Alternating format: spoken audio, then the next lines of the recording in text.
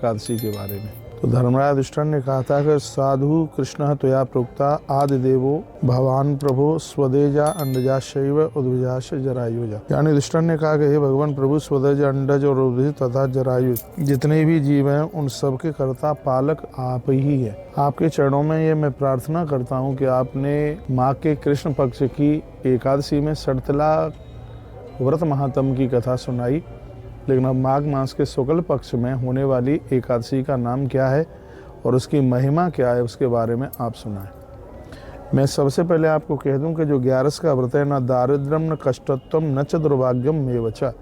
एकादशी का व्रत है, दरिद्रता नहीं रहने देता, किसी भी प्रकार का कष्ट नहीं रहने देता और किसी भी प्रकार का दुर्भाग्य नहीं रहने देता।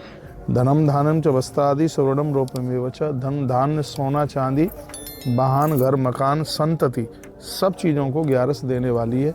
बस 11 का व्रत है, थोड़ा वो नियम से ठीक से हो जाए। तो धर्मराज युधिष्ठिर के ये कहने पर भगवान श्री कृष्ण का संबोधन आरंभ हुआ।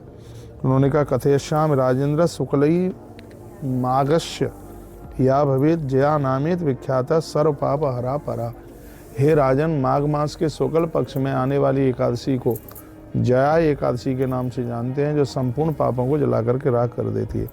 पवित्रा पाप हत्रीचा कामदा मोक्षदा निणाम ब्रह्मत्यापहंत्रीचा पिशाचत्व विनाशिनी है। यदि पुरखे कोई पिशाच योनि में चले गए हैं तो उनको भी ये 11 तारण कर देती है। ब्रह्मत्या जैसे महापातकों को दूर करने में इसको सर्वश्रेष्ठा माना गया है।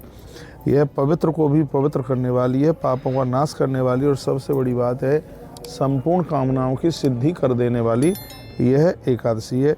हे राजन, इस एकादशी का व्रत कर लेने से जीव कभी भी पिशाच योनि को प्राप्त नहीं होता। हे राजन, जो भी कोई इस एकादशी को व्रत करता है, मृत्यु के समय पर उसे प्राण छोड़ने में किसी भी प्रकार की तकलीफ नहीं होती। यह इसकी बहुत बड़ी महिमा है। नैव तस्य व्रते चीणे प्रेतस्तम जायते नृणाम नाथः परतराह काचित पापग्नि मोक्षदायिनी। निश्चित रूप से कहा जा सकता है यह एकादशी जया एकादशी जीव को मोक्ष प्रदानित करने वाली है। इस एकादशी का व्रत करने वाले व्यक्ति के मुख का कोई दर्शन कर ले तो उसके भी ताप प्रताप और संताप दूर हो जाते हैं। यह इस एकादशी की इतनी बड़ी महिमा है। मैंने इस एकादशी की महिमा का वर्णन सुनाया पूर्व काल में भी। एक बार स्वर्ग लोक में इंद्र राज्य करते थे। अब इसके कथानक को आगे के लिए बताया है। अब ये पूरी कथा मुझे सुनाने की बिल्कुल आवश्यकता नहीं है। पंकजे च पुराणे स्वा महिमा कथितुम मया। पंकजे कहते हैं यानी पद्म। पद्म पुराण में इस कथा की महिमा का बहुत बड़ा वर्णन किया। एक दाना लोकेना वैन्द्र राज्यम चकारहा। देवराज इंद्र की कथा से इसको जोड़ा गया। बताया गया है कि देवराज इंद्र एक बार धरती पर चल करके आए और ऐसे उपवन में जहाँ 50 करोड़ अप्सराएं वहाँ पर नृत्य कर रही थी। पुष्पदंत नाम का गंधर्व, चित्रसेन जिसका नाम था, और वह मालिनी इत्यादि जो वहाँ पर अप्सराएं थी उनके साथ में वो नृत्य हो रहा था। लेकिन ये कुछ कथाएं ऐसी हैं जो ग्रंथों में लिखी तो जरूर हैं, लेकिन उनको गाना बिल्कुल भी ठीक नहीं है, उनको बिल्कुल बोलना बिल्कुल भी ठीक नहीं है।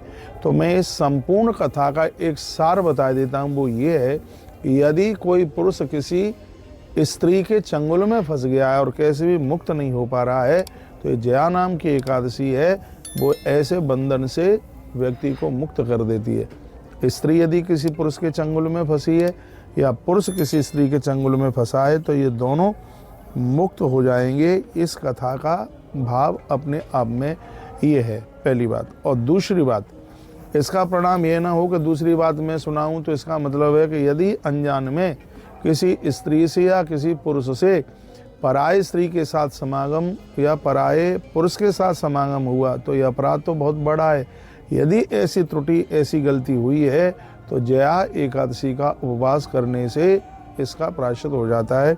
इस कथा में देवराज इंद्र की कथा के द्वारा इसी बात का वर्णन किया गया है। इसका सार यही बताया गया, युवाम पिशाच भवताम दंपत्ति भावधारणु मर्तलोक मनु प्राप्तो भुंजानु कर्मणा फलम।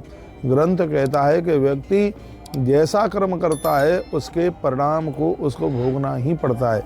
लेकिन जया एकादशी नाम की जो गाथा है ये इस बात के लिए संदेश देती है कि मृत्यु लोक में ये एकादशी एक ऐसी कथा है जो किए गए कुकर्मों को जलाने में इसको बिल्कुल देर नहीं लगती। जैसे अग्नि सूखे गीले को सबको जला करके राख कर देती है, उसी प्रकार से ये एकादशी की कथा, जया एकादशी की कथा अपराधों को ऐसे ही समाप्त कर देती है।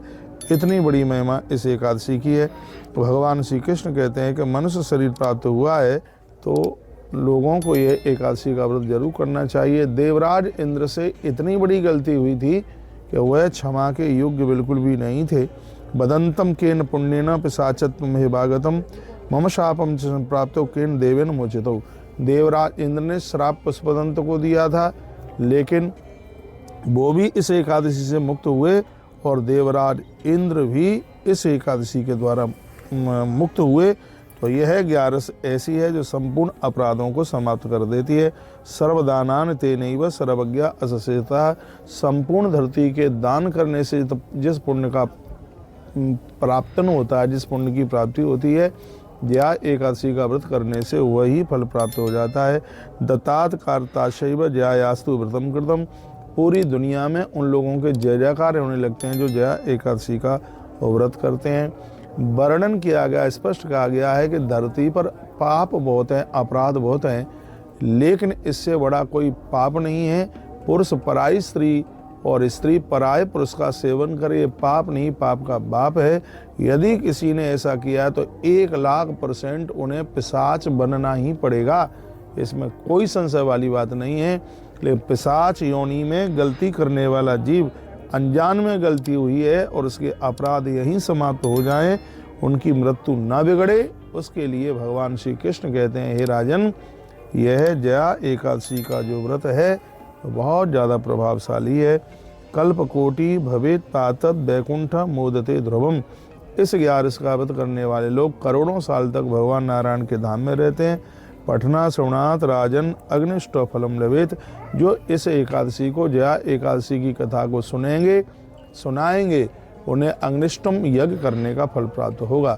एकादशी के दिन जो एकादशी की व्रत कथा सुनते हैं, उन्हें 1000 गौदान करने के बराबर फल प्राप्त होता है। तो ये हमने कुछ महात्म्य और ये एकादशी की व्रत कथा आपको सुनाई, और हमें विश्वास है माघ शुक्ल पक्ष की ये कथा जरूर आपको बढ़िया लगी होगी, ठीक लगी होगी। यदि अच्छा लगा है तो वीडियो को आगे जरूर भेजिएगा।